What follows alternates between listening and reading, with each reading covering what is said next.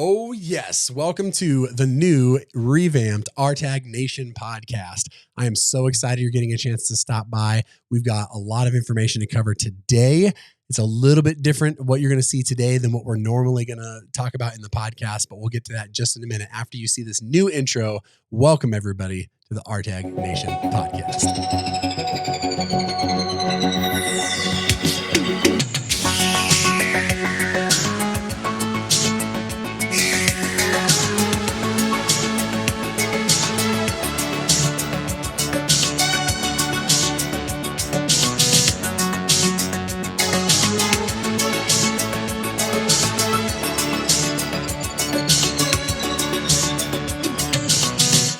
Oh man, I hope you really enjoyed that intro. That is a new intro. Thanks to 15 Birds for helping us put that together.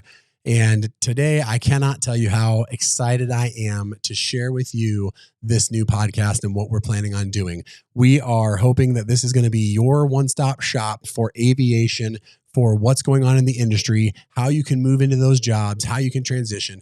Now, if you haven't been around RTAG before, we are a veteran to aviation charity. So this podcast is going to primarily focus on veterans in their transition. However, if you're not a veteran, it doesn't mean that this isn't for you. It doesn't mean that there's not going to be content for you. We think that you'll be able to benefit a lot. And normally on Thursdays, we're going to do probably 2 Thursdays a month. So twice a month, every other Thursday, you're going to see this podcast. Unfortunately, me, or listen to this podcast because you can find it on Spotify and Apple and all the places that you consume your audio podcasts. But this will be also a video podcast on YouTube, so you're going to be able to subscribe to that.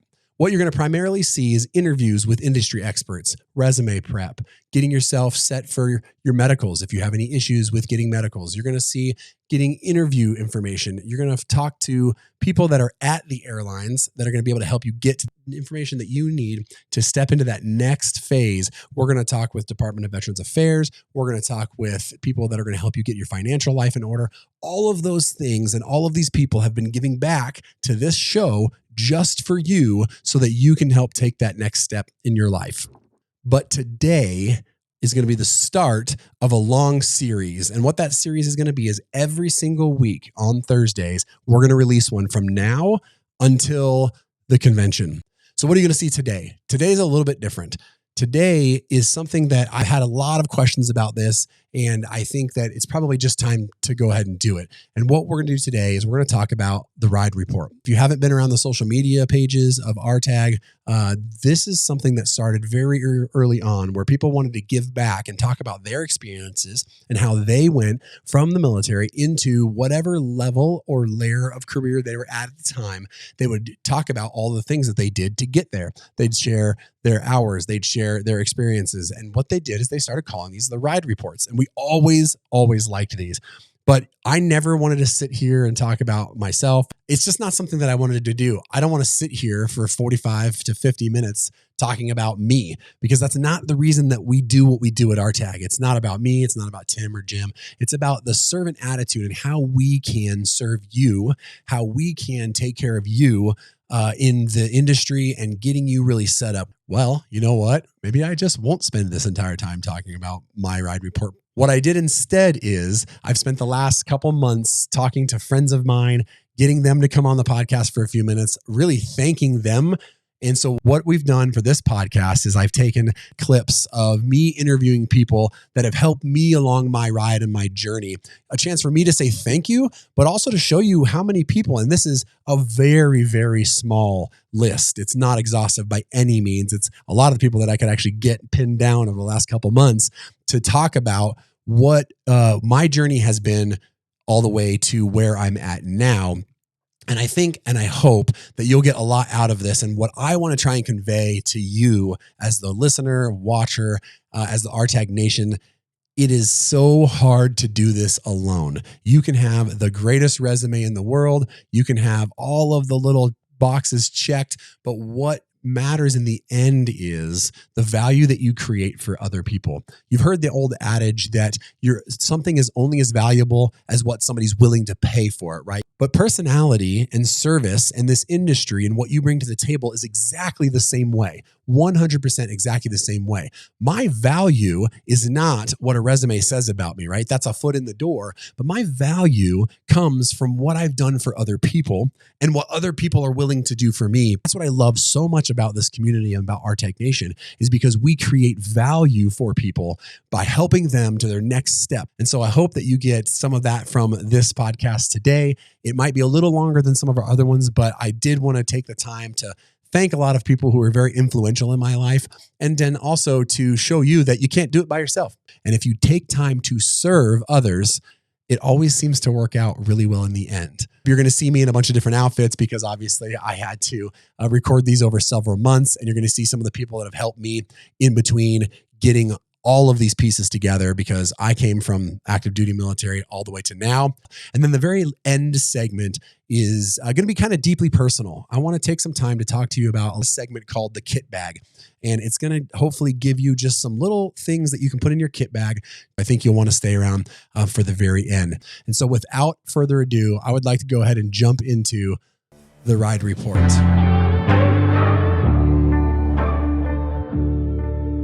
I want to briefly start on where I was military career. Just do a quick overview of that. I don't want to belabor too much of that because we have so many things to talk about that I think will be much better benefit for you, honestly. I was an Air Force kid. Both my parents were Air Force, both retired Air Force, and I always knew that I wanted to fly. I joined the Air Force in 2001, and I actually joined in May of 2001. And before, obviously, September 11th or any of that happened. And yes, I remember when you could just drive through the gates and they would just look at your sticker and let you in. And so it was a lot different when September 11th happened. At that time, engaged to the woman who I don't know I'm ever going to get on this show, but anybody who knows me understands that the very first person that I have to thank and I have to gloat on is my wife, Becky. We've been married 24 years. We have 3 awesome kids, and she has been with me, probably mostly put up with me over the last 24 years through deployments, through military time, through my honestly exhausting her probably with my ability to just continue to put my head down and grind out. And I've had to learn a lot from her and through her of how to really make sure that I'm prioritizing family. I'm prioritizing my relationship with her. If you have that significant person in your life, that significant other, the spouse, as we call it, we celebrate that at RTAG. So when you come to the convention, we have a separate setup just for the spouses of our people looking for jobs in the airline industry, because we know in the aviation side, it is so important to have your family as part of this decision. And we've learned that, myself, Tim, Jim, we've learned that because of our spouses, because of our wives who have taken such good care of us, amazing care of us. I tried to get her to come on the podcast with me, and she is not at all in front of the camera or in the spotlight person, but she is the most amazing servant of every single person she meets. She is without a doubt the epitome of servant leadership. And she would never call it that, but her heart just overflows with the ability to take care of people. She's my best friend. She's the love of my life. And the way she treats people should be studied. It's unbelievable. The way she puts people in front of herself, the way that she makes sure that people feel welcome and comfort, and she understands how to talk to people at a level that's very visceral and real and authentic. So she's going to see this and she's going to be very mad. But when you see her at the convention, give her a high five, tell her thank you. But she has just epitomized what it really means to be the support system, not a support system, the support system for what our family's been able to do, because she has allowed me to continue to work and to do these things for our family and to support and serve you, because she understands the value of what it takes to continue to give back to this community. And so, Becky, you are incredible. I know you're going to watch this and you're going to be very upset that I'm bringing you up, but I just need you to know, and I need the nation to know, that this does not happen alone, and it starts in the family. It starts in the home. That's obviously number one that I want to thank her. But back to, I joined the Air Force. I was wanting forever to fly, do that. And then in 2005, the Air Force decided they wanted F-22s really bad. So they did what's called force shaping. In October, I found out it was going to be force shaping phase 2. And they were saying, hey, OTS and UPT, all of that's going to get tailored back quite a bit. And what was looking for me being able to go into the aviation side was just going to be a long, long, long wait. And so my dad, actually, again, a retired Air Force, said, hey, They have this thing in the Army called the warrant officer, and all they do is fly. It's an incredible group. I've worked with them before, and he said, try it. Well, at that time, because of all this divestment of people out of the Air Force, the Warrant Officer Corps was kind of blowing up. And obviously this was heavily into the wars so far in 2005. And so I looked it up. I did all the Warrant Officer application, the WAFT program. I did my test and everything, and submitted and got picked up. The Warrant Officer Candidate School in December of 2005, and did flight school. Picked Blackhawks out of the group, and met so many people. I actually wish I could get some of the folks that are flight school friends of mine or even SEER friends of mine here to talk, but they would take hours and hours and hours to do this show. But I get to run into them so much now because I've been able to fall back in line with them as we're helping people transition. It's so fun to be able to see all these people from flight school, got friends from SEER, and now to see where it's at. But I did the normal progression, right? My first assignment was Alaska, flew medevac there, and I worked really hard to be a pilot in command, to give back to the unit. This was all active duty. And I really kind of knew what I wanted to do at the time.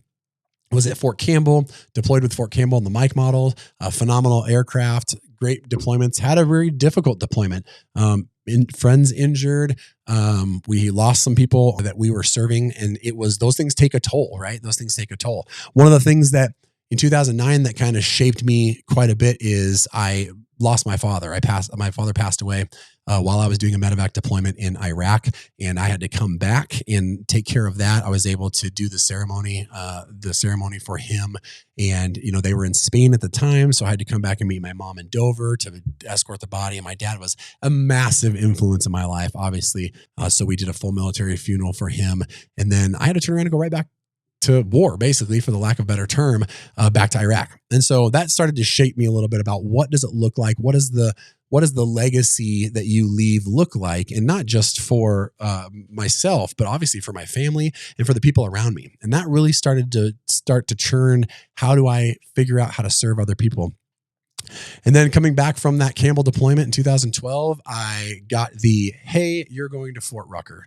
And honestly, did not want to go. I didn't want to go. I loved being a combat helicopter pilot. I loved going to the deployments as hard as it is sometimes for us to admit that, because it stinks to take away and sacrifice time with family. When you're deployed, you have this almost clear, concise understanding of what you're there for. Every single day is for one thing. It's not a training. It's not an exercise. You know what you're doing. Learned a ton of things from the people in the Black Widows, which was 4th Battalion, 159th up at Campbell. Incredible. I learned so much from those people, and a lot of those folks I've been able to help a little bit to get them into the airlines now. And for those of you, if you're watching Black Widows, you guys are amazing, and I'm so excited that I still get to be a part of your lives and help you out. But honestly, I got back from deployment, got the setup at Rucker, and Rucker turned out to be great. But one of the interesting things at Rucker that really, I think, completely changed how I view everything was the W2 to W3 promotion board for me. I had seemingly done everything right. I had done all the stuff I was supposed to do. I had worked hard, made PC, got all my PME, which is professional military education, if you're listening and you're not familiar with that. But all of the things I had done right, and then the board results came out, and I got passed over for W3. And not a lot of people know that, and it's a very vulnerable thing, because honestly, it was a little embarrassing at the time that I got passed over for W3. And honestly, it was a really big hit, and probably to my ego, to be honest with you, because I just expected it. And it was shocking, to be a little bit fair with you. It is, at the time, I think was embarrassing, but honestly, let me tell you, it was one of the best things that ever happened to me, because the level of focus and clarity that it gave me cannot be repaid. I was outside of something that I could control. So that was, for me, one of the first, probably most vulnerable times that I could not control that. And it was tough. But what I learned is it's about the resiliency that comes after that. Guess what? I decided to well-round myself from there on out, that no matter whether I could control it or not, I would always have an option. And obviously the Lord's plan plays out massively in this. And maybe it was a humbling experience that was needed for me to be able to continue. And from that moment on, I knew that I needed to make sure that it wasn't just about what are the things that I need to do in my career to stack things up, to make sure that I'm competitive, to make sure that I'm doing all of these things right, when at the whim, somebody else could make a decision to not let those, all that work that I've done progress me to the next step. So what is the next step that works out of there? Serving others. So that was the thing that I changed my whole focus on. You know what? At the end of the day, if I can serve one other person, if I can help somebody make the next step, if I can continue to work to bring somebody else up in their career, and I don't get promoted this next year, and I have to get out of the military because I didn't, guess what? I wasn't doing it for myself. I was doing it for a cause that was greater, and I get so much joy out of that. So that was a pivotal moment in my life. So folks, the first person that I wanted to bring on is one of the first people that that came to my mind, obviously other than my wife. His name's Jeremy Fleeg. Outside of my wife, he is without a doubt my closest friend in the world. We met in 2008 during deployment. We got back together when we were both stationed at Fort Rucker, when he was instructing and I was instructing. And it was amazing. It was literally a friendship that was designed many years before we ever got together as friends. And he has just been a guy that I've done this pretty much whole journey with. He was the one, we were down in Milton, Florida, and he was like, hey, I'm thinking about this rotor transition program that's available. And we'll talk a little bit about that in the interview you'll see here in just a second. But he was the one that knew I'd like to do research. And so he kind of fished me on it and said, hey, let's go look at this. And then we actually did all of our transition pieces together. Let's just say it's good that we always go armed places, because we ended up in this, let's just call it the least expensive motel we could find in Lexington, Kentucky, as we were doing our multi-engine the last couple of bits of our time building as well. And it was an adventure, to say the least. And he's my friend, he's my brother. And let's jump over right now with Jeremy Fleeg. Hey, Jeremy, what's going on, man? What's up, brother? How you doing? Good. As I said before, Jeremy is, outside of my wife, is probably my closest friend in the whole earth. And we met in 2008 on deployment. That's right. Toledo. And yeah, that's right. And it's just been, the story's written itself ever since, back together at Fort Rucker. And then it was awesome. You know, we did one of the most dangerous things two guys can do meeting on deployment is we introduced our families to each other. And, you know, you never know, right? We could get along really good. And then you're like, well, let's hope the wives work it out really well. So gotta roll them dice. Like, come on. That's right. And thankfully, Liz and Becky are just incredible friends, and it's been awesome.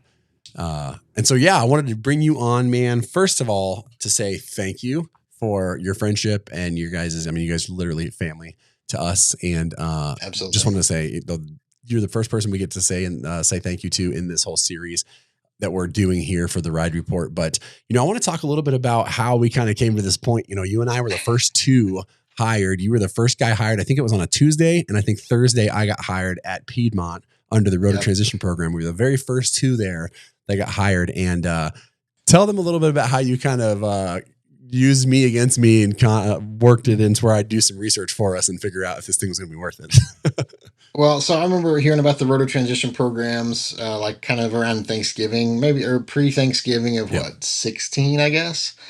And so thinking about Envoy. Envoy was the one that kicked it off, you know, and then PSA and Piedmont were supposed to be following. And I talked to a friend of mine that thought was going to go to Envoy, and I, lined up an interview, did that. And I think we had talked about it somewhere in that fall, probably. I guess it was pre-Thanksgiving. So somewhere in there, we sat down. We had breakfast at Al's Diner in Milton, Florida, and talking about like, hey, I think I'm going to give this a shot, you know. And you're like, well, cool. And you started looking into it too, and you're like, well, maybe I'm going to go ahead and do this, you know, and take that big jump. For what was it for you? It was a big jump coming off of active duty. You know, at what 15, 16 years. You know, I was contracting at Rucker at the time, so it wasn't such a risky adventure, I guess. But so we looked at that, and then got the interview at Envoy, and got the offer from them, and then but then heard about Piedmont too, because they were partnered up with a school that was closer to home. And for me, that was a big deal. I was able to keep my contractor job while getting my ratings and time belts. So that was a huge benefit for me, versus at the time having to go out to San Marcos for several months to work on that unemployed. So Yeah, and it reminds me, I'll take 1 second to really be vulnerable here, but it shows when you don't know things and you don't understand the industry, you can kind of put yourself in a little bit of a bind, right? So I infamously read the rules. I went to Envoy and I read it word for word. In fact, I looked back at the email that I received 3 days ago to say, man, did I really misread this? And sure enough, I read it word for word, what they told us. We're checklist people from the Army, right? So I had all my stuff and I wore exactly what they said to wear. In that email, it did not say wear a tie or a suit. So I go in some very nice clothes. I've got everything but a tie, and did my interview and actually was told that I didn't get the job because I didn't wear a tie. I mean, no kidding. They sent me home because I did not wear a tie. I even printed out the thing and showed them, hey, it doesn't say wear a tie. And I said, hey, listen, I didn't know. My fault. Totally my bad. However, these Army guys, they're going to follow the rules. And if you don't tell them to wear a suit and you don't tell them what to do, they're going to make the same mistake that I did. But obviously, thankfully, that was really God's answer. We both did the Piedmont thing, wore a suit to Piedmont, and got the job there. Oh my gosh, I still remember that was before the RTAG days. That was before RTAG started. Yeah. And so learn from me. Wear your nice suit. But one of the cool things that we got to do is we got to do our training that we had remaining and our time building and our multi-engine all together. That was awesome. Yeah. We spent 7 days in a row in a Beechcraft Duchess between the two of us getting our hours for the multi-engine. Yeah, man, I tell you, we burned that instructor out, man. We were flying 8-9 hours a day, and we told him from the get go, like we're getting this done before the 4th of July. That's right. And I don't think he quite believed us, but we wore him out. we went. This is probably still one of my favorite memories. But so we went up to. At this time, there wasn't any like charter schools. There wasn't any of that. They had a group of schools that they were working with. And so we just wanted to get our time done. So we went up to Lexington, Kentucky, and it was Lexington, right? Yeah. Lexington, Kentucky. And met this guy, and they have a Beechcraft Duchess, and he's a Marine. And we told him what we're doing. We're like, dude, listen, we're serious. We're going to wear you out. He goes, dude, I was a Marine. I got this. And by the end of that 7 days, he was ragged, bro. It was done for. Well, you figure we put 50 hours in, 6 days, and then we did a check ride the next day, Yeah. And it was a lot. It was definitely a lot. We got to do a lot of fun stuff. And we flew all over the place, got to go to the Wright Brothers field. And, again, this was back in the DPE crunch. So we flew up to Cincinnati or just near Cincinnati to the, to Lunken, and did our check ride. And this was, I think, before everybody kind of knew what was going on with these rotor guys. So we had this guy, we had this guy on our commercial ride that could barely heist himself up into this plane. Okay. He was a nice guy. He sat down with a nicotine stained, ACS, I thought he was a maintenance guy. I thought he was a mechanic. Yeah. He had the PTS. Fried chicken grease all over his shirt. And I'm like, hey, how's it going? He's like, starts talking like I'm like, holy cow. Yep. And then Jeremy, we flipped a coin. Jeremy went first, comes back, and Jeremy looks at me like, bro, don't do, he gave me a couple of things. Don't do this, right, with this guy. And one of the things, where they taught us to do the short field landing instead of doing it to the concrete, they gave us the safety. They wanted us to do it to the 1,000-foot markers. And he did not like that at all. Not at all. Jeremy thankfully wore him out, because by the time I got into the plane, it was 45 minutes. I think to the time it was 45 minutes the time we rolled out to the time we were done. And he was just like, all right, your engine's off. All right, this is done. All right, now go land. And that was it. I mean, it was like, okay, I was not ready for that pace of maneuvers. We were used to, fly, do your slow flight, and then recover from it, and then move to the next one. And it was just bam, bam, bam, just one thing after. Like, you didn't even have time to get the aircraft back up to, normal flight, and he's just rolling, steamrolling things at you. And I wasn't ready for that, I mean, he obviously did good enough to, check the block, but it was, I remember coming back and thinking, like, I don't think I'm going to pass, because it was just not. It was fast. It was not my best performance. And it was so fast. It was a lot, but we did it, man. We started Piedmont together, not just Piedmont. We were at Piedmont together, and then both of us decided to go over to Frontier together, which was awesome. Well, you just you showed up you called me one day. I was like, hey, here. I just got on. And I'm like, all I knew about was I'd been getting postcards from Alpa saying, don't go to Frontier, and, but they had just gotten the new contract and I was like, all right, cool, let's try it. So yeah, we did, both jumped on that train for what? I was there for two and a half years, I think. Yeah. Yeah, well, got there, started 2 weeks later, finished OE, sat reserve for 2 weeks, and then COVID shut us down. And COVID happened. That was a big wrench to throw into the system. But yeah, and it was, it was good. And thankfully we were able to, like I said, we did this all together. So we were able to have a conversation. And during COVID, I actually was with you because we were down doing the Army fixed wing course. And so, so we got time to hang out and talk through like, what's this going to look like? And I think both of us helped reassure each other, hey, it's going to pan out. This is going to work out really well at the end. And then that fateful day that you called me and told me you were leaving Frontier. Mm-hmm. You just gotta follow your heart, right? That's right. So where are you at now, man? So I'm at Delta now, and I've been at Delta for just over 2 years now, and it's amazing. It's everything you could hope for of an airline flying job. I love it. Yeah, it's super awesome, and it's great for you because you get to drive to Atlanta, super easy. Yep. It makes it nice, and it helps with that brand new baby that you guys got. It does. Yeah. It does. So Jeremy was the wonderful recipient of we call post-COVID, but a long time post-COVID, wonderful young Uric in their 40s. And so we're helping out as much as we can from a long distance away, but moral support. Awesome. We're definitely, it's tiring having 18-year-old at 40 in the 40s. I can't imagine having a baby. So that's amazing, but yeah.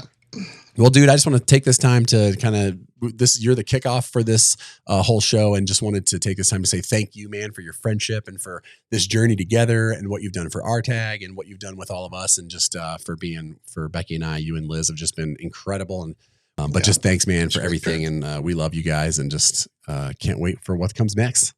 Absolutely. And just want to return the thanks too for everything that you've done for, to help me along through this, and then everything you're doing for the whole group, the RTAG group. In the early days, we didn't have the RTAG, but we had each other, and we worked through a lot of the stuff, and, had to, take those challenges on head on without any, I didn't have anybody that I knew that flew commercial fixed wing, so it was all just a blind leap of, hey, let's do this and give it a shot and try it. Hopefully it works. So it means a lot, to see that we're still growing and continuing to try to help those that come behind us. So.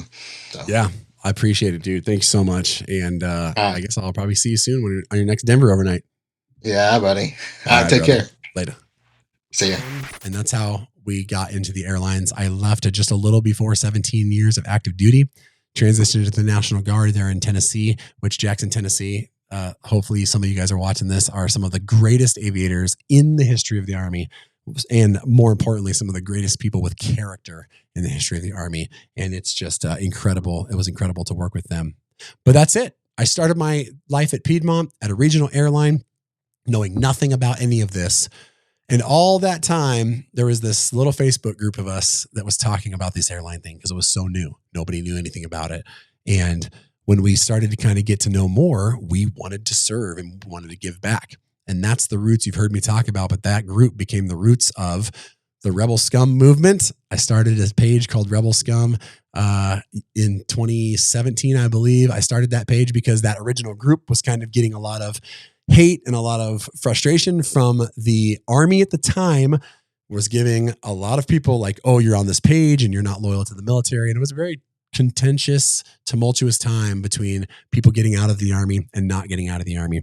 Thankfully, I had an incredible battalion commander and brigade commander, Craig Alia and Colonel Boyle, Ryan Boyle, that were phenomenal. And they were very sad to see me go, but they were so supportive. I'm still friends with them today. They were so supportive, and hopefully we continue to see that in the military side to just do what's best for your family. So we started out on this adventure, and simultaneously we had this other group. I had started Rebel Scum, and it kind of blew up. And as we got into Piedmont Adventure, the RTAG thing became an idea. And there was a group of us that said, hey, well, all of our airlines now are talking about, there was only a few of us that had done this and people wanted to know. But then all these airlines were saying, hey, these are new things that we're starting, the regionals. How do we get more pilots to come from the military? How do we get more rotor pilots under these rotor programs? And we thought, well, let's try and put together maybe one of these conventions we've heard about. And the rest is history, right? You've seen RTAG and what it's become. We started with one convention in Savannah, Georgia with 750 people. We're now a full nonprofit giving away $300,000 of scholarships a year.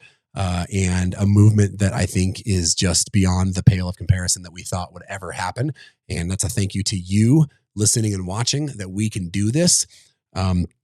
And it would be remiss, the group of us, myself, Eric, Tim, Lindsay, Austin, Jim. There's just so many people, Zach, that really worked to build this thing from zero to what it is today. And I have the honor to represent this organization as your president. And it's just been one of the joys of my life to do it.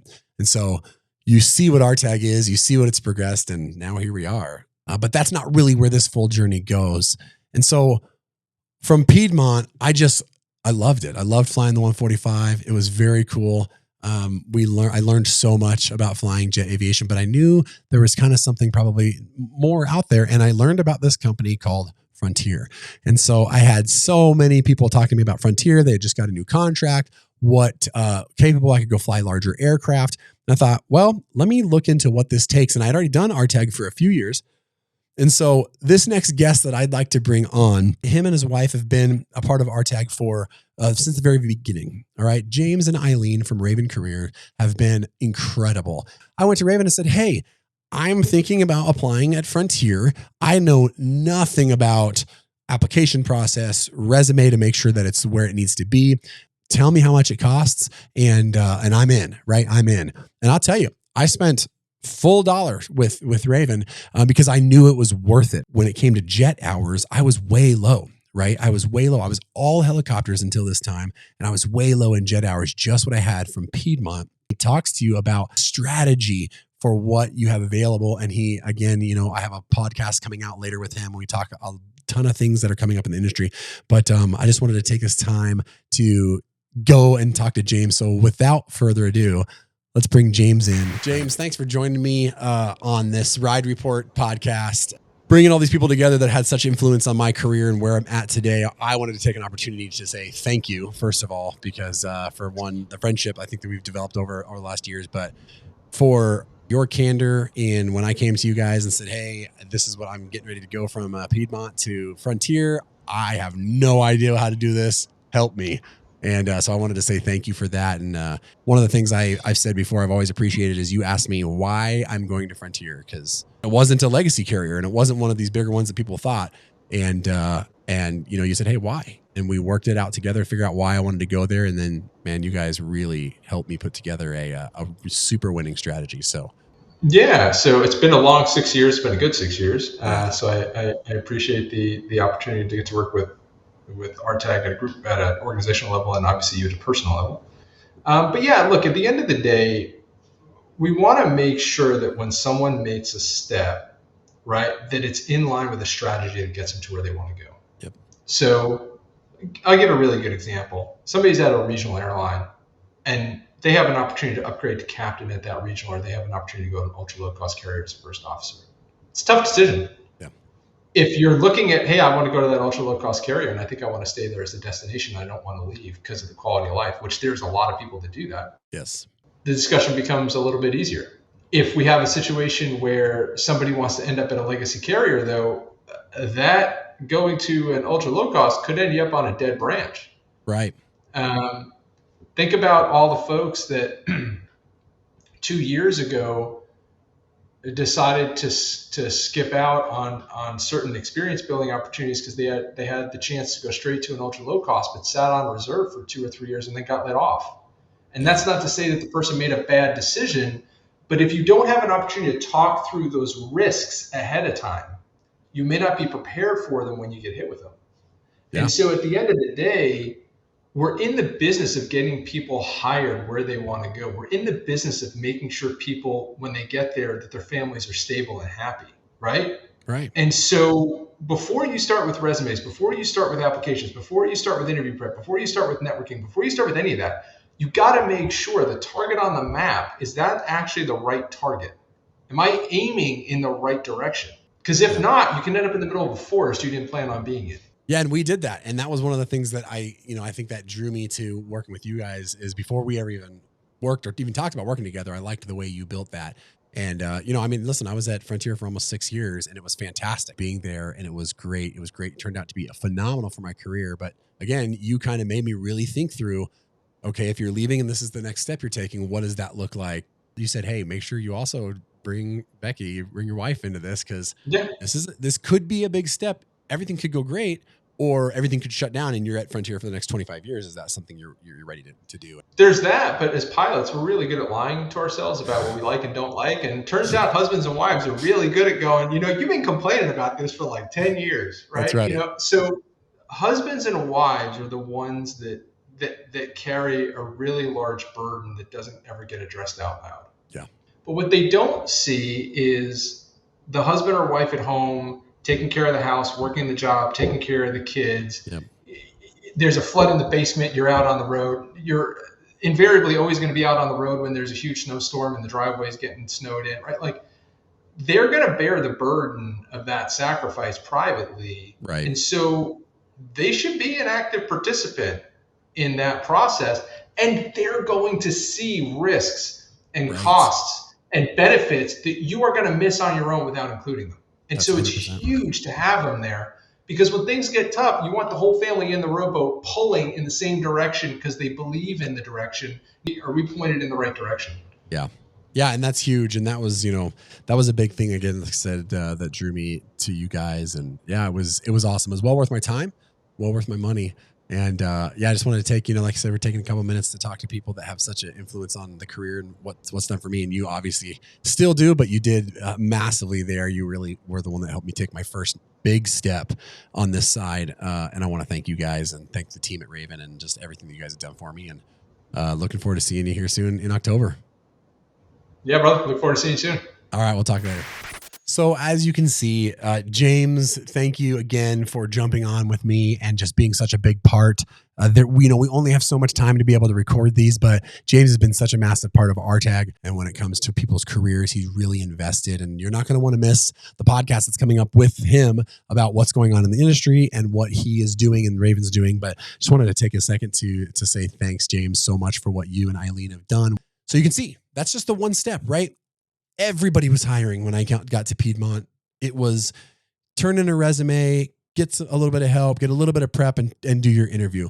But when I went to that next step and understanding that I needed help from somebody who was an expert, but we had already been working with James and Eileen. We've already been working with the Raven team through RTAG.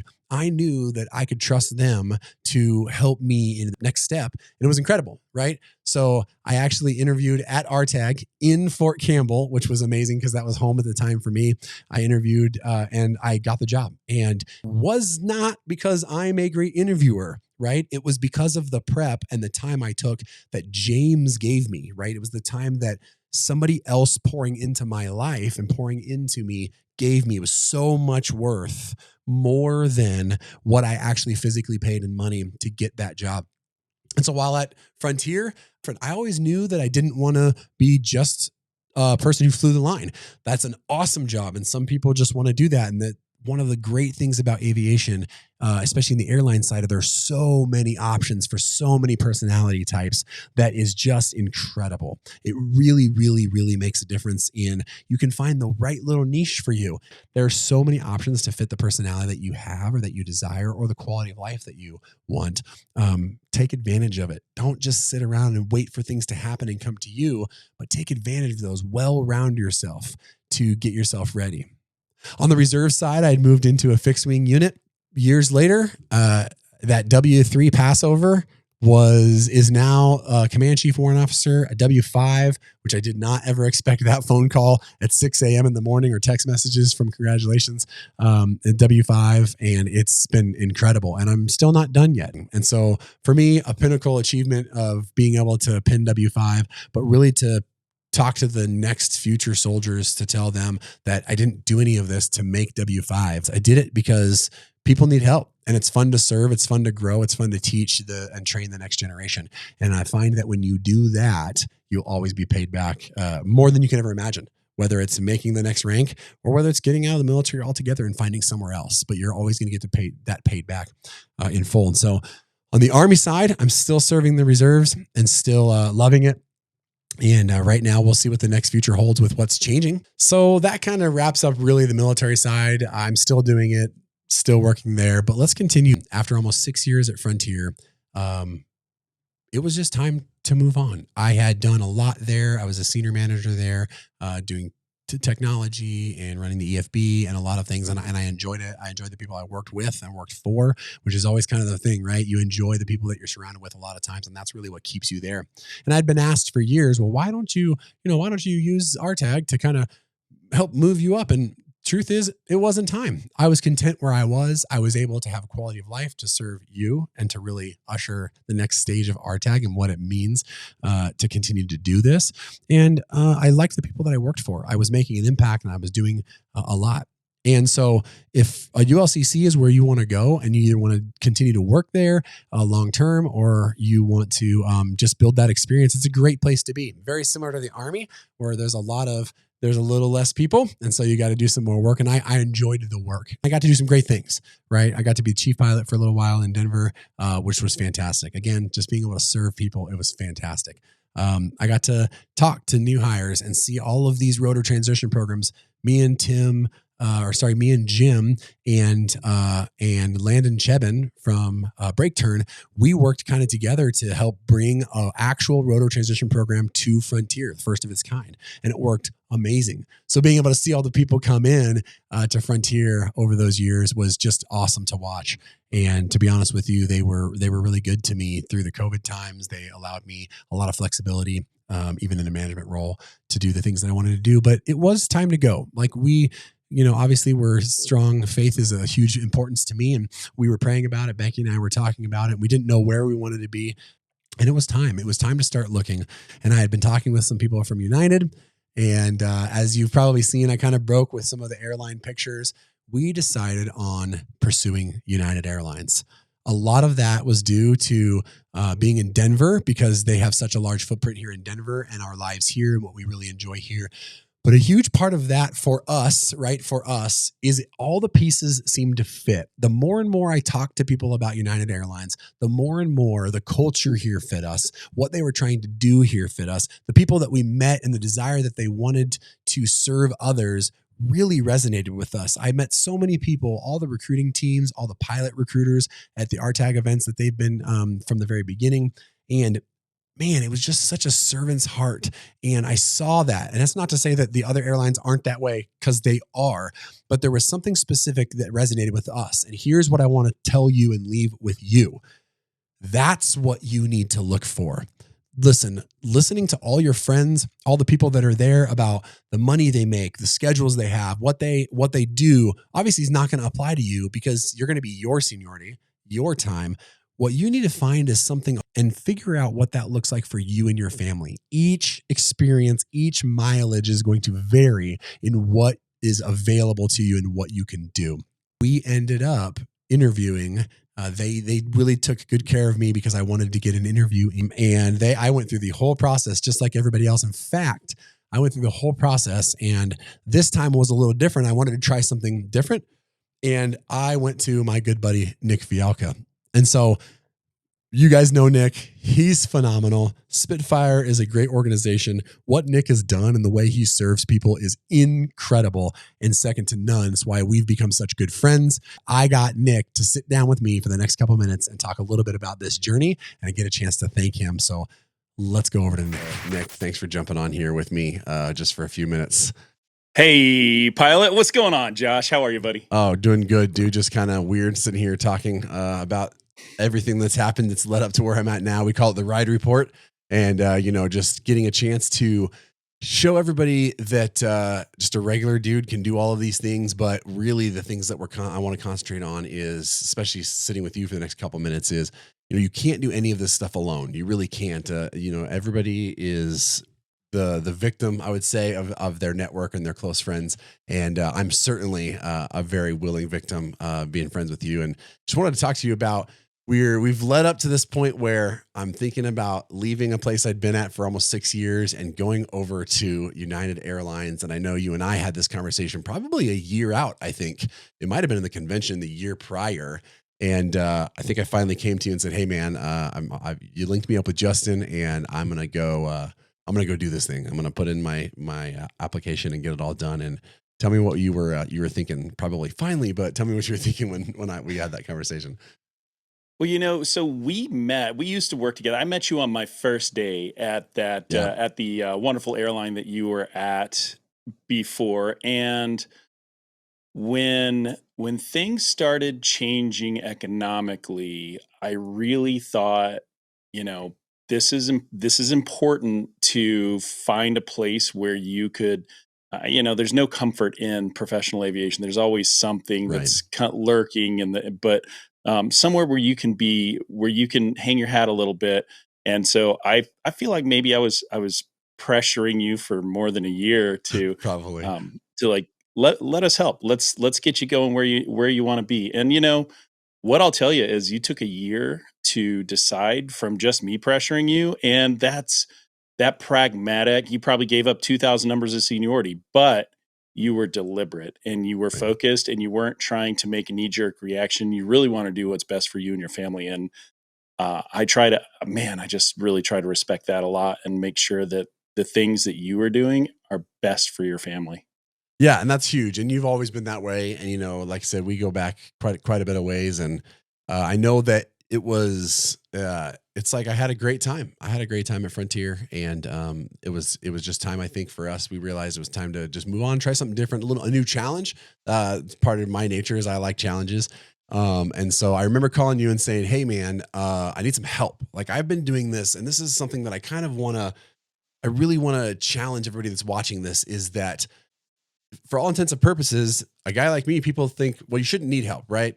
I run a large organization. I'm able to walk into these interviews. People know who I am. Those can go badly for you. But I realize, and I tell you what, if it's not for reading all of these management and leadership books and all these things, the people around you, the network is the net worth, is one of my favorite phrases. But I knew that I needed to go to somebody that one could look outside of what I was looking at in a tunnel and say, "Hey," and I trusted well enough to go, "Hey man, this resume, yeah, it looks neat, but this ain't gonna be it." And so, so I came to you, and you do. Yeah, thanks so much. But let's talk a little bit about that real quick, about how you were able to help me out. Well, so the Spitfire Elite team, right? First off, we're super proud, consistent gold sponsors of RTAG. Absolutely. We're all vets, Yeah. So it makes it easy. I'm a helicopter guy. I'm the resident helicopter guy, and I just happened to have this massive show behind me. But that's what we do at Spitfire, is to take the people and make them strangers that become part of our community. Right. And once you're in our community, you find that there are people that are people on your level that are trying to cooperate and spread the knowledge. But then there are coaches and there are people that are where you want to be, that are trying to give you the knowledge and lift you up and make you better and polish that diamond more and more. And then the next part is, like, you have to reach down to the next level and bring them to, so it's total pyramid scheme, but it is absolutely, like, I hope that you found that. I hope you found some community. I hope, I know, like, when you were on your hunt, since you are a person that people would see and know, like, we certainly tried to give you we tried to respect your privacy on how we did things, but also give you the full Spitfire experience. And I think that's important to understand that, we do, celebrity pilots, if there ever were such a thing, we do have a bunch of people that come through that are well known, and we try to respect their privacy as well. So, it's just this balance, but most everybody's just a friend and a hangout, and that's the best part of it. Yeah. And it was great. And I, obviously I've known you guys for a long time, and we've worked together, and it was super professional. And I will tell you, it's one of those things. Well, people ask, well, do you really get something out of that? And I'm telling you, Yes, you do. I mean, it is, you don't know what you don't know. And one of the things I've learned a long time ago is outsource the things that you don't have time to learn, or the things that the experts do very well, right? You guys are experts in what you do. Please don't think that you're too good or to anybody to go and get prepped for this stuff. It's definitely worth my while for sure. Yeah, the way I look at it, everybody here is military. Everybody listening to this is a vet. If you get a warrant order to deploy, you don't just hop on the rotator and show up somewhere. Right. Like, you spend months prepping, you spend months getting ready. And that's the reason the Iraqis put down their guns and ran away from the American tanks. Like, they were terrified because we were so good and we executed so well. Yep. And you've got to carry it doesn't stop at the end of the military. None of that. Like, that's what makes you better. That's right. And so if you know how to get better, then you have to progressively push it and prep and get ready and focus, because you get one shot to pull the trigger. You get it one shot in the military, and you get one shot at Delta, United, American, Frontier. Pick your company. That's right. Right. So crush it. That's it. That's awesome, man. Well, Nick, thanks so much. The biggest reason I want to come on here and want to share this is that everybody needs help. I certainly did. And you came along at a time that you've been a friend of mine for a long time. And I just want to get a chance. I'm getting a chance kind of through this ride report to bring on people that I feel are super instrumental in me being where I'm at today. And just wanted to say thank you so much for your friendship and for your closeness, for everything that you're doing for the community, for the Ready for Pushback podcast, just all the things that you do. Your friendship to me and your honesty with me has been wonderful. And I really, dude, I cannot thank you enough. And I look forward to seeing you again in October. All right, buddy. Let's go do it. See ya. All right, later. Oh man, every time I get to spend time talking to Nick or spend time with Nick, it just never ceases. We have this, I think, this energy that's just, it's just kinetic, man. It's palpable. We get to work together and we just kind of keep going and keep going. And if you get a chance, go over to Ready for Pushback podcast. Again, it's a podcast on all of the audio stations, but they also have a YouTube. And he does a podcast, I'm telling you right now, with his wife, which is why I'm trying to make my wife do it. But he does a podcast with his wife that I think is instrumental, that you absolutely should watch to see his heart, his passion for this community. The next guy coming on is Justin Ritter from United Airlines. After I submitted my application, did the Hogan, did everything, Justin was super kind to let me interview at RTAG at the convention in Fort Worth. But he was able to do it with people that are willing to do it outside of hours, right? So we did it at 7 a.m. on Sunday. When nobody was around. And it was just it meant so much to me that they would set that aside so that I could give my best, right? Because I'm busy during the conventions and I'm pouring out a ton of time. And I thankfully took a ton of lozenges to make sure I could speak on Sunday morning. But they took the time out to make sure that they could carve out a little bit of time for me so that I didn't have to worry about other things. I could concentrate on really giving my best in the interview and making sure that I did everything that I could do to get this job. And so I would like to introduce and bring on Justin now for this. Again, like you said, these are pre-recorded, but I just wanted to introduce you all to Justin and get a chance to say thanks to him. So let's go to that now. Justin, how's it going? I'm doing well. How are you, Josh? Doing great, man. Thanks so much for doing this for just a quick little time to be able to, I think, relate to some people. You got a pretty busy schedule. We do. Yeah, it's been pretty busy the last couple of months with the increases in hiring that we're seeing here at United now and into likely next year as well. We are very busy doing a lot of interviews and onboarding a lot of really great pilots as well. So that's awesome. I'm sure that's really great news for you, because that's going to be also great for your seniority as well. Yeah, that's great for me. And for people that don't know or haven't seen you with us before, what do you do at United? Yeah. So thanks for the question as well. So I'm Justin Ritter. I am the senior manager of pilot hiring here at United. So I am responsible for the team of HR professionals that work alongside our pilots to recruit and onboard all new pilots to United Airlines. So we are responsible for all frontline pilot hiring, but we also help with all of our FQM or flight qualified management hiring.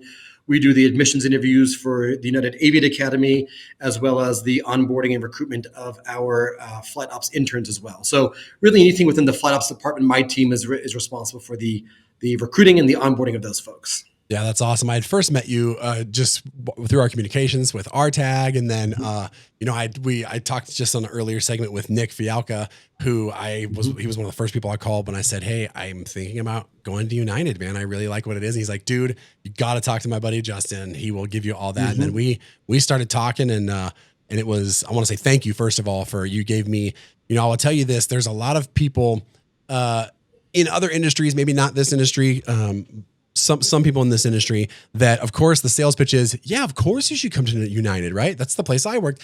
But you were just super straight with me about, hey, here's the things that we have. Here's what we have to offer you. And then I remember you asked me a question, what is that you're looking for? And that was huge to me, man. I want to say thank you for that, because for the RTAG community, that's a big deal, right? And so what's one of the things that when we had those conversations that you were thinking about, okay, here's this guy wanting to go, just kind of some of the things your thought process when I said, hey, I'm thinking about going to United, and what are your thoughts about this? Yeah, and I will say one of the things I found most interesting recently is that the industry as a whole, right, or the pilot hiring space as a whole, has greatly changed from where it was even three years ago. Right. Oh yeah. And one of the things I'm thinking about, one of the things that we have seen happen with more frequency, is that we are having individuals who have long-term established careers at other airlines who would likely stay at that other airline for the rest of their career, right? Until they turn 65, who are now starting to think about making a change. And first of all, I think that's great for us at United because we continue to get really qualified, amazing individuals such as yourself here. But it also is, I think, great for the pilot, because I think there is, from the pilot perspective, a desire to continue to grow and to build the best possible career for themselves and their families. And when I think about, and when I thought about when I was talking with you as well, I think you had a very compelling and very interesting story. But I also wanted to make sure that this was going to be the right move for you and for your family, right? Because going from somewhere where you have that seniority, where you have that presence, where you have built that network, if you will, at that other carrier, coming to United and starting over from scratch is a tough sell, right? And it's a tough sell for everyone. But what I think about, and when I talk to individuals like yourself, it's an easy sell for me because of what we do offer here at United. Right. I think we offer a very compelling reason that even if you are a captain at another 121 operator, that this is going to be the airline of choice, right? Because we have great captain upgrade opportunities. We've got great opportunities here in the training center. And also, if you want to be a first officer and fly on the 737 for the next 40 years, you can do that too. Yeah. So the opportunity we have here is really important, but it's got to be the right time for you and for your family as well. Yeah. And I think that's one of the reasons why I wanted to do kind of this ride report this way, because it is different for everybody. Like, what are the options? I just come in and I'm a new guy and I'm in this big pool, and they all kind of were resounding, hey, if you come here and kind of do the same things you've been doing and work hard and do those, there's so much opportunity to do in so many different aspects. In fact, I've learned more as I've gotten here. There's more than I even thought. I mean, obviously, the basic ladder of roles, but man, there is so many opportunities in the special assignment stuff here that have just been, quite fantastic, to be honest with you. It gives you a lot of capability to spread yourself out. And that's something I was clearly looking for. So, yeah. I think that's one thing that's very unique to United is the opportunities that we present to our pilots, right? Within most decisions that touch flight operations, we want to involve the pilots. We want to involve your perspective and allow you all to help us change the course of the airline if we have to. And that's why I think about even the special assignment on my team for pilot interviews, right? We very much value and incorporate the pilot perspective, and they are involved every single step of the process in helping us select and recruit these new pilots here. So again, to your point, there is just so much more opportunity here than what I've seen at other carriers. And it's because we value your perspective and your experience too. I mean, I think about you and not only do you have that experience at another, but your experience in the military also, is invaluable. And the information that and the knowledge that you have based upon that experience is also, fits very well within the culture of United and helps us, recruit even better military pilots as well. Yeah. Yeah, it really does. And you came out to my wing ceremony and hung out. That was great. And I saw that not just with you, but there's so many people that have so much. It's almost like so much family or relationship or somebody that's helped bring them to that spot. And that was really powerful, doing the wing ceremony and just seeing all of the people that come out just to support that. I thought was huge. I saw that in InDoc as well. But people will think, oh, well, they just hooked you up. I did a full interview, didn't I?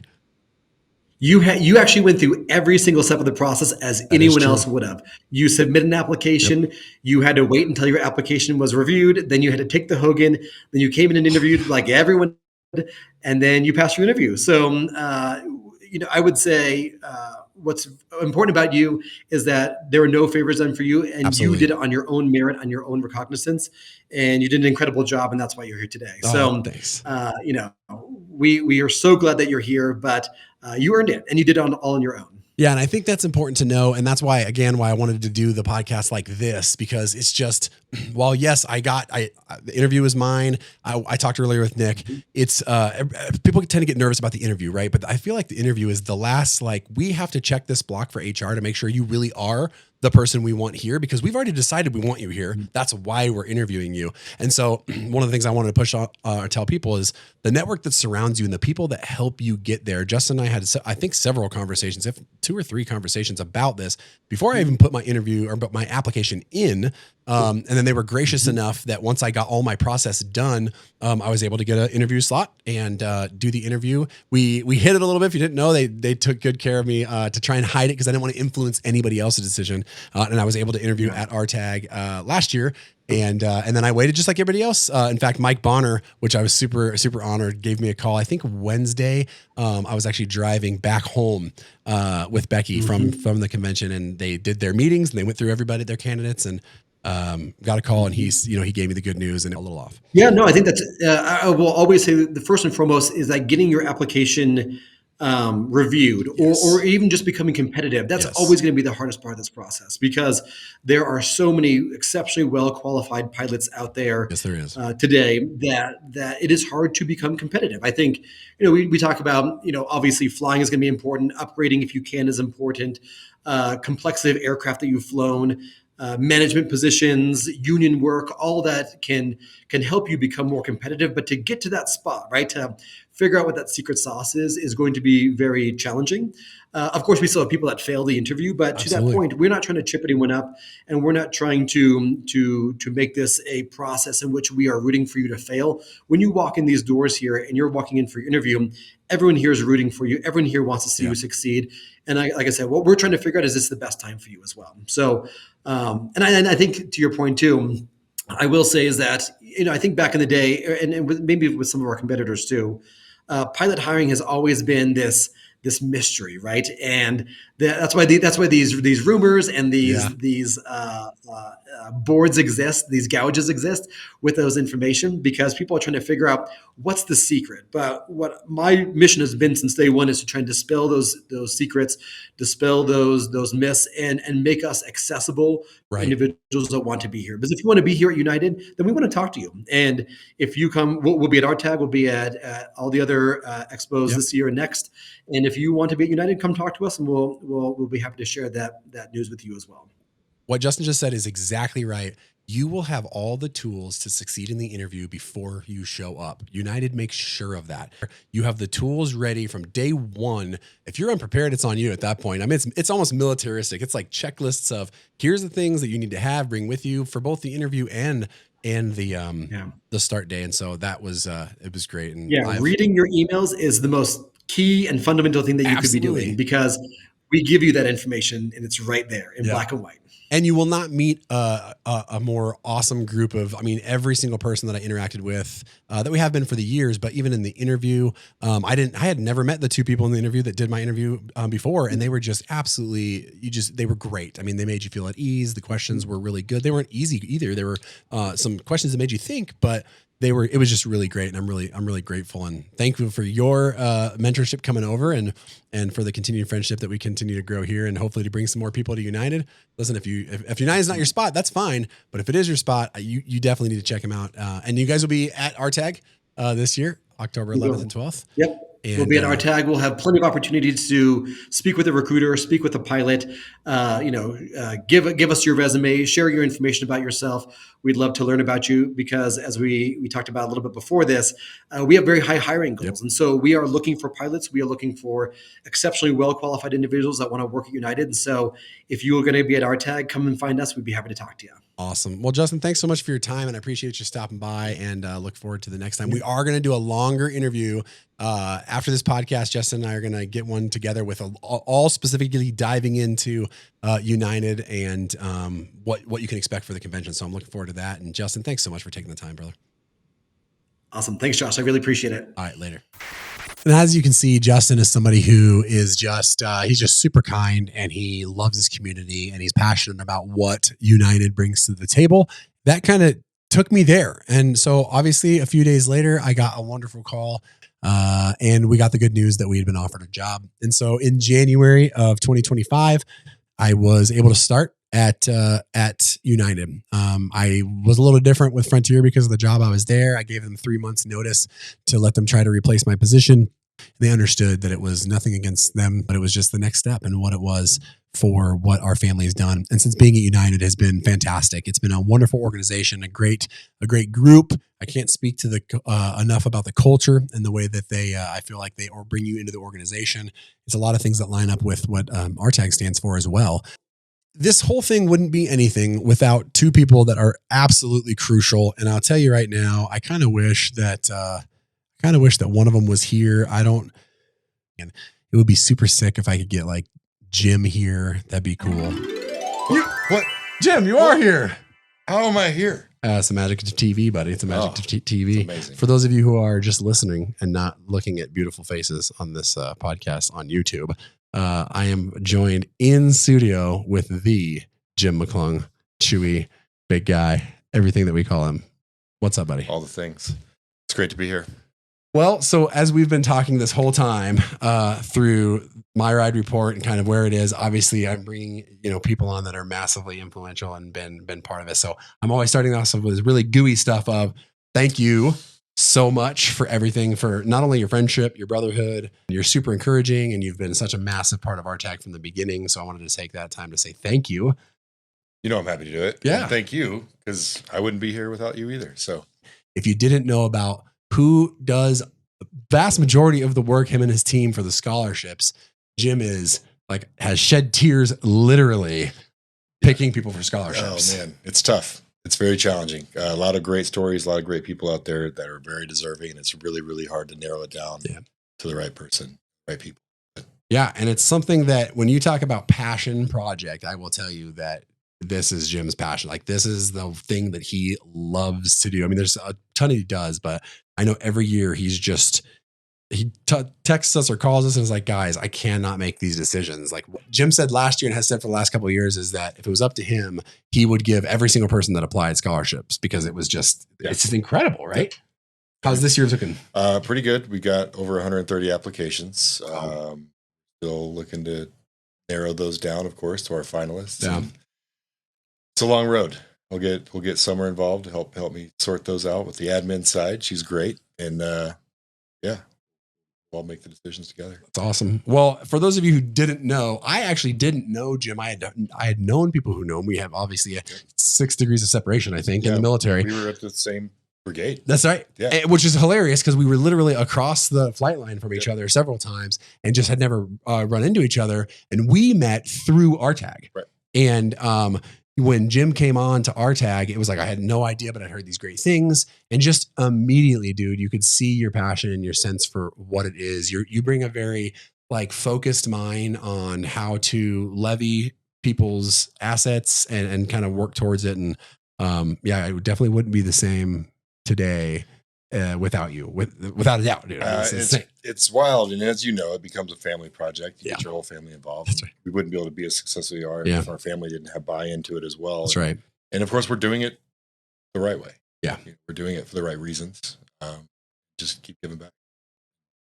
That's really it. Do you remember I remember, I think the first time we probably met in person, I had just started training. And so you had come in, and you and Lindsay, and quite a few other people, Eric and a few other people, were really working on the very first convention. Yeah. And I was the boots on the ground guy in Savannah. I was the only person that still lived there. And, funny enough, even the location was behind the scenes. It was kind of my idea. Fed to Eric back then. I was actually still deployed, and he's like, we got to find a location. And I was like, the Mighty Eighth. You got to go to the Mighty Eighth Museum. That's a no-brainer. And it worked out, and it was awesome, and got to do all the site visits and all that kind of stuff. And I do kind of miss some of that stuff. I'm happy now also to let you and Brian take that on because it is a ton of work. It is a Brian do that. Yeah. Yeah. It is a ton of work. So yeah, no, I miss it, but I don't miss it. Yeah. You're right. And it's one of those things where everybody asks, and I know you and I have talked about this, Tim and I have talked about this. It's like, man, aren't you so excited for the convention coming up? Because other people get super excited. And we're like, yes, of course. But I've joked around. I'm like, I'm really excited for Monday after the convention because we get time to let down a little bit, and it's exhausting. If you didn't know, the convention's exhausting. I mean, it is incredible, and you don't realize it while you're there. Mm-hmm. We don't realize it while we're there, except for we're just killing ourselves with lozenges, throat lozenges, I think. But Tylenol, throat lozenges, so much Tylenol. So much. I got good shoes this year, and I had some last year, but it's something like we get back, and you get a chance to kind of realize well, it's not look at what we did. And that's one of the things I love about you is you're such a humble leader. It's not look at what we did. We get on the phone or we talk the next morning. Usually we have breakfast together. If we all have to separate, we have breakfast together. And we literally, we are just like, I can't believe we just got to be a part of that. And that's massive. It's like a breath of fresh air. Yeah. But it's also, we're still excited, still kind of on the high from the convention, but then also excited to start looking forward to the next. Within days, we're like, what are we going to do for the next? That's right. And it's always exciting. It's always fun. That's how I know that I'm doing it for the right reasons. Because I see your excitement, I see Tim's excitement, and you guys drive me. Yeah, we're all a team for a reason. Well, like you all have seen, I've been bringing people on that have just been such an influence on my life because nothing on this ride report that I can't get here by myself. And you are definitely, we got to do this in person. We're getting to hang out today. This is so cool. Yeah, we're going to hang out today. It's been a couple of years since I was here, I think. I think so. It's been a while. Yeah. Yeah. And so we get to see each other at different places, but not here. So It was good. He called me up and said, hey, I've got a long layover. And so another great part about this life is if you're just sitting in the hotel, man, get out and do stuff, but call people It's so fun. And take pictures. And post them on RTAG. Take pictures, post them on RTAG. Grow mustaches. Yeah. But I don't know. I don't know if I'll have this at RTAG, but it's pretty great. It's pretty hilarious. I can't stop looking at it. I asked Becky if I could curl it up, and she's like, "No, now you have to." But I know a little bit. But I just wanted to. It's one of those things where it's never about just one person. RTAG's not about one person. It is about what we can do to serve our communities, to serve those who've served. And, getting to do this in person is amazing. You've been such a good friend. You're like a brother to me. And I just want to take the time to this last couple minutes to say thank you and let people get a little see of what you do and just kind of the humbleness that you approach this whole thing. Well, I appreciate it. And if there's one thing I could say is to pass on to everybody else, what we all strive to be is servant leaders. That's right. And if that's the only takeaway from any of this is strive to be a servant leader to everybody else out there. Absolutely. We're doing it. We're trying to do it. Yeah. We do our best to do it. Proud of you, man. You too, buddy. All right. Well, we'll go on to the next segment. Well, isn't that amazing? It's magic. I mean, I changed shirts and wasn't wearing a hat, but it just happened. Jim, you are incredible. And Jim got to spend some time up here on a layover, and it was wonderful. And Jim he's just a massive, massive part of this organization. And he, like I said earlier, he's one of the ones that I think he is the one that suggested the very first location for the very first RTAG convention. And so, Jim, thank you so much, man. And it's just, you couldn't do it. I couldn't do it without these guys. And then the other guy I want to bring on is Tim Kirschbaum, which hides in the background a lot. And I was able to track him down, force him in front of the camera. And let's go to that little conversation with Tim. What is up? Thanks so much, brother, for jumping on here with me really quick. I know you got a lot going on in the life happening right now. What's going on, brother? I'm happy to be here. Like I said, you guys, some people know Tim, some people don't know Tim. He is the absolute epitome of servant leader. And I wanted to get him back on here to talk about, as we're talking through the ride report.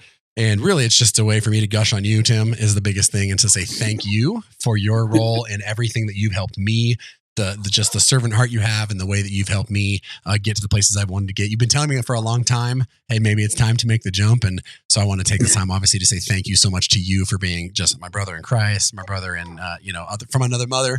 and for your family, and just we've just, man, we've seen so much in this last, what has it been, 6-7 years? It's been unreal. 7, almost 8 years now. I know. December will be, well, I mean, Rebel Scum started 8 years ago. Yeah, in 2017. It is amazing. So for those of you who don't know Tim, it seems like Tim's always the behind the scenes guy, which, let's be honest, he actually prefers that a lot of the times. So we forced him into the forefront because he's one of those guys that when you get him to talk, he has such wisdom. It's just incredible. But everything you see here was provided by Tim. He's the one that does all of the merchandise work and all of the design work and trying to get everything put together so that you all can, mostly so you all can represent the brand and the place that you love, but also this money goes back to scholarships, and we've been able to do incredible stuff over the last few years. Absolutely. It's, we started off, I was working on this stuff in my fifth wheel, but up at Fort Riley, creating the initial designs and getting ideas and everything. And it's just been an amazing journey. And absolutely, man, you and Jim and are my brothers. And I just can't believe this journey we've been on. It's 8 years ago with Rebel Scum. And then here we are, all three of us now, where we're supposed to be. I know we're not the same airline. We're not living in the same location, which really sucks, but it's been a fun journey. Yeah, it's been one of those. I had Jim in studio here.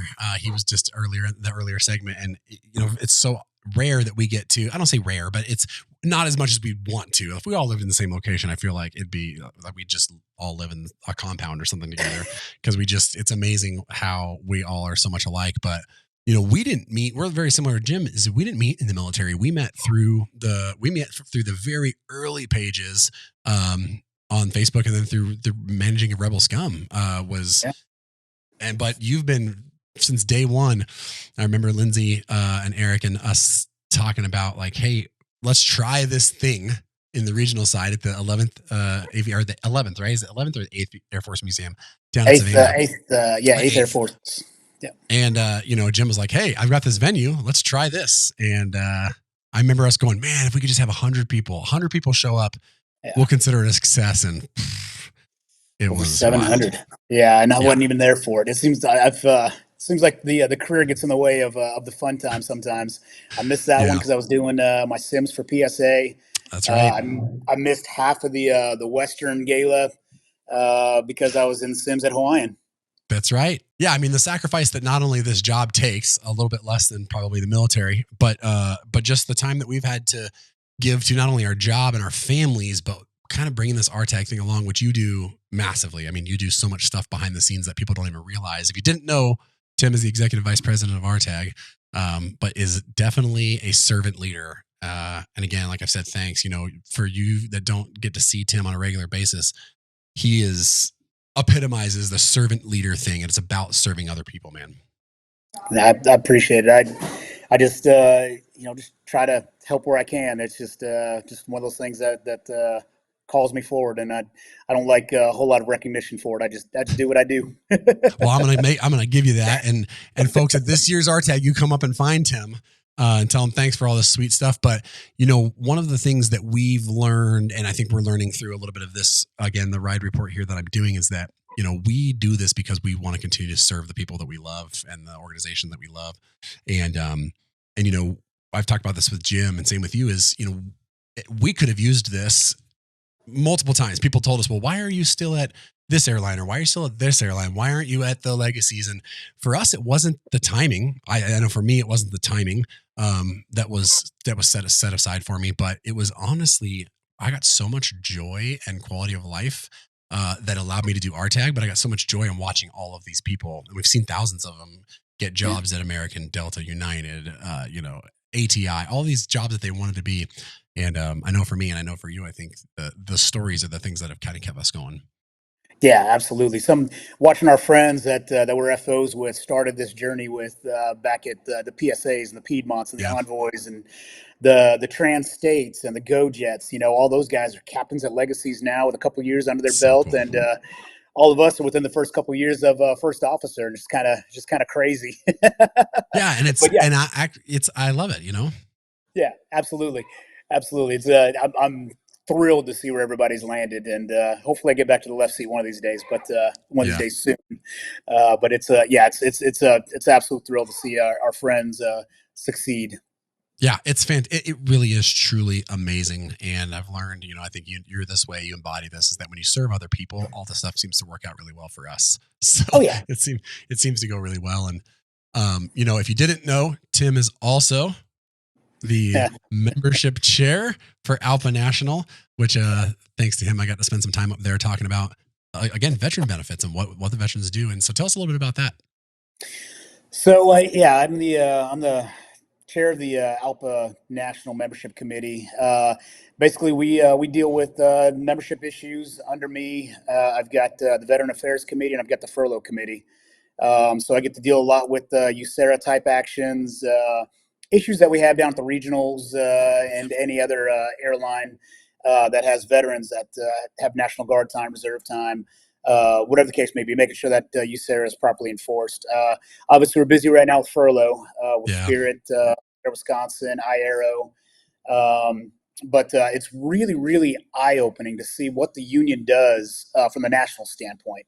Right. I know PSA, I knew I was a union member.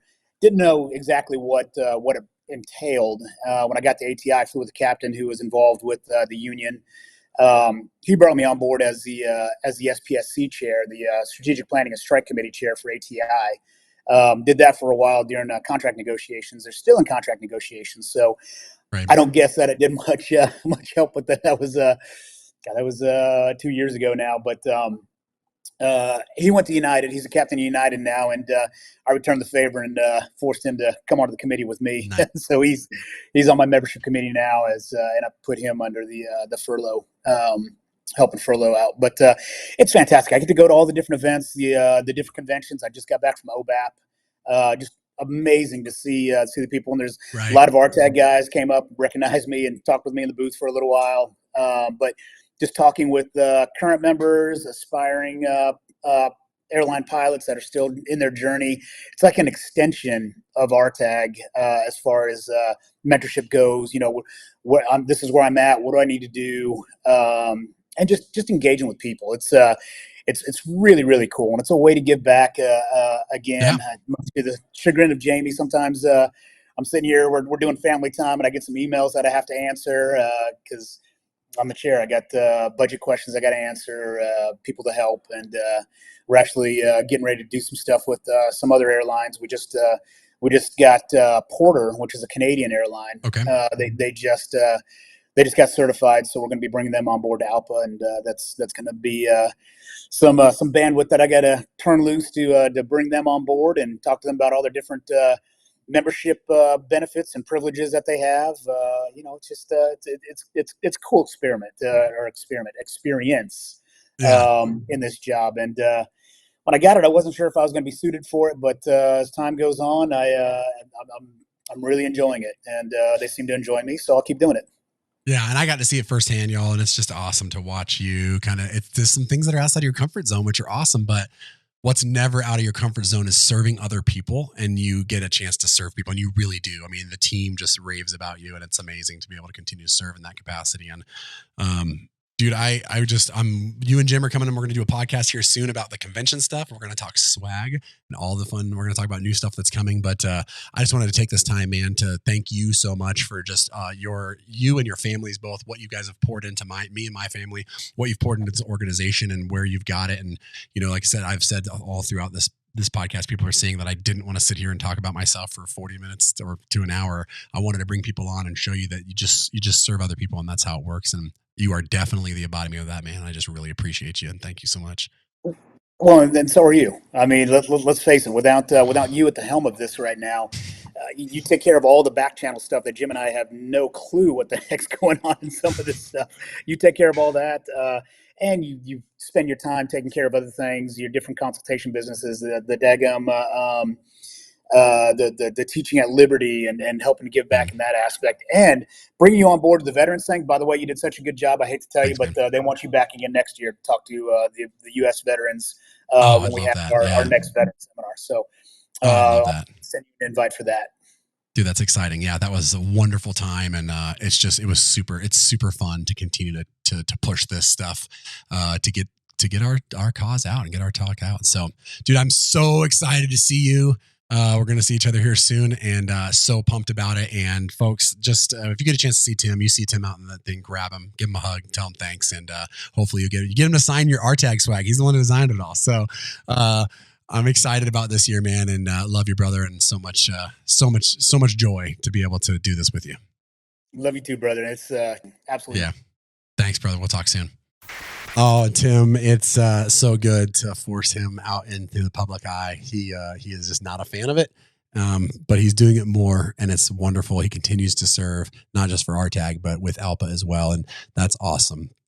So that wraps up the ride report.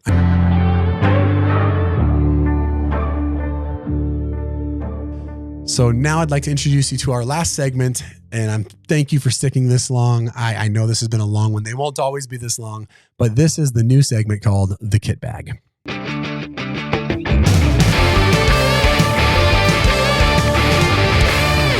This week in the kit bag, I want to talk about resilience. Never really resonated with me as much as it has this year. I'm just going to be very straight with you. In January, mentally, I think physically, a little bit emotionally, I had some of the lowest, probably darkest times that I've ever had personally. Nothing crazy was happening, existentially that was putting it into this, but I was transitioning the jobs, as you've just heard, going from being in a management position and loving it and really providing what I felt was a lot of value to the company, and into a new job, learning a new place after almost 6 years and doing all of these new things. And it was great. It was super exciting. And while all that was going well, I still had this overwhelming frustration. I was angry for no reason. With Becky, I was just harsh with her sometimes when I spoke for whatever reason. And I couldn't quite nail it down. It was a low point. It was hard. I felt like I wasn't making progress in the projects or the things that I wanted to do. We were kind of in this dead space with RTAG, and I wasn't doing a ton there because there was nothing to do, right? We were just in contract periods with the convention centers and things like that. And I just kind of was sitting, feeling sorry for myself. And one of the things that we understand as military members and veterans is that can come on really quickly. We've experienced a lot of things in our lives that really can impact the way we see the world around us and the people around us. And a lot of times it's hard to talk to people who aren't veterans, who maybe haven't deployed, who don't understand those, because we're such odd people. Let's just be honest. We're odd people. During this time, I couldn't bring myself out of it. I was consuming, which is the key. I was consuming. That's not my personality. That's not the personality of what RTAG is. We are not put here, and I'm not put here to be consumers of what is happening. I'm here to be a contributor. And I realized very quickly, and I didn't do it by myself, talking to my close friends about what I was going through. My wife gave me a pretty good verbal punch in the face about, figure this out, dude. And it's the things that I need to hear is quit feeling sorry for yourself. What are you doing for someone else? Because I'm not the only one. I'm not the only one that's gone through that. I'm not the only one that's had some dark periods, whether it's a loss of a loved one, loss of friends, whether it's a military member, maybe it's a loss of identity. Maybe it's a loss of community. Maybe it's something when you leave the service that you don't have that green suit to put on anymore, and you don't have that mission that really you tie a lot of your value and your personal value around. It goes away. All of the other great things are happening in your life, but that one piece, you can't just put your finger on it, right? So what I want to impress upon you is a couple of things that I hope that you can put in your kit bag to be resilient, to snap out of those that might help you. And one is community. Understanding the community that you're around, whether it's the RTAG community as a whole, getting on and just direct messaging somebody or saying, hey, I need some help on the RTAG Nation page. I'm dealing with XYZ. And I need some help. Can somebody call? Because we have people that will call. I know there's people that will pour into your life that really want to do that. Heck, I'll do it if I see it, because it's so important that emotionally, mentally, spiritually, physically, that we're all taking care of each other, because we don't want to leave anybody on the battlefield. It's just a different battlefield. So community is massively important. And here at RTAG, that's what we care about, is the community first. We need to make sure that we're serving others. We want to be a place that builds people up, that changes lives forever. And that's the goal. So number one is community. It's super important. Two is service, right? I have never been more filled up than when I'm serving somebody and I get to see the fruits of that service in whatever I'm serving them in, to see that come to fruition.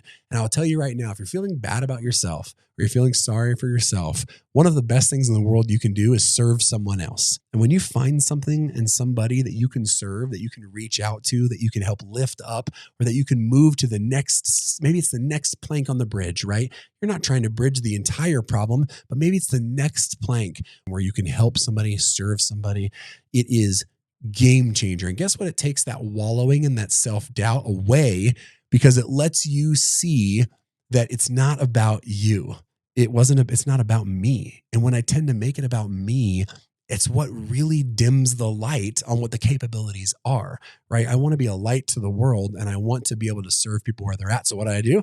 Started getting on the social media a little bit more and talking to people in RTAG. I started talking to friends. I started saying, hey, where is there an area in your life that I can help you take that next step?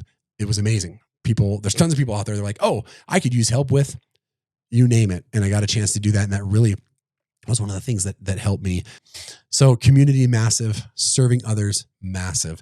And the last thing is being a contributor. Being a contributor, what can we give back?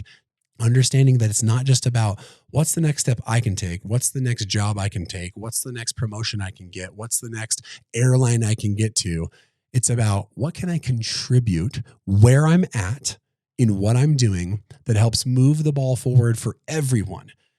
That's why we see so many people that love volunteers at RTAG. That's why the volunteers at RTAG we get 300 or 400 people every year that want to volunteer. And it's not because of what they see is capable. It's not because the airlines like the volunteers and they give them special treatment. They give them special treatment because the people are contributing to the entire focus of what RTAG does, serving veterans for the next stage in their life. And so those three things can really help you. Like I said, you talk to people around you if you're feeling low, if you're feeling down, but we're here, the community's around you.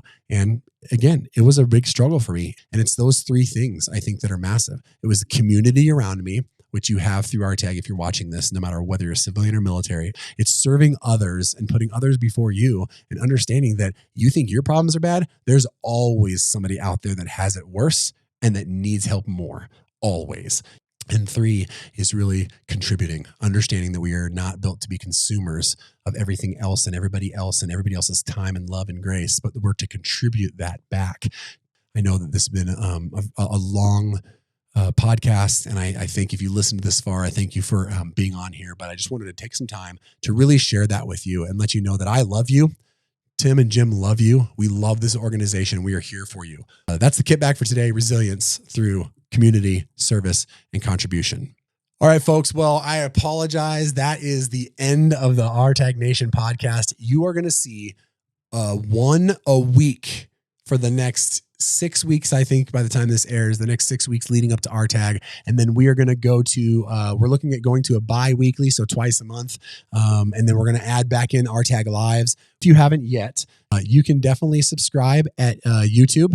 Go check it out. You can hit the like, get the little bell notification so that you know when we put these on YouTube. You can subscribe on any of your podcast channels, Apple Podcasts, Spotify. I hope that you've gotten something out of this today. And I hope that it's been maybe the next thing to move the ball forward, or just a little bit of motivation that you can do it. And we know that together we have a lasting impression on what we can do. I cannot wait to serve you personally and this community as a whole. RTAG Nation, it's been a pleasure, and we will see you on the next RTAG Nation podcast.